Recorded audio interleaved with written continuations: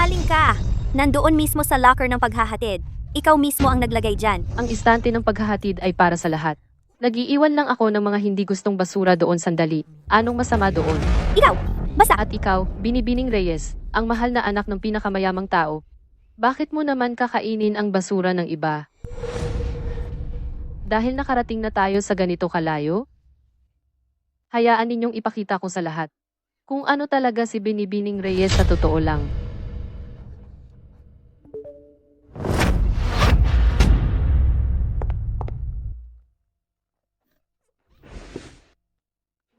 Lahat ng impormasyong ito ay aking nakalap kasama ang ilang iba pang biktima. Sa bawat palapag ng dorm, may mga bagay na nawawala.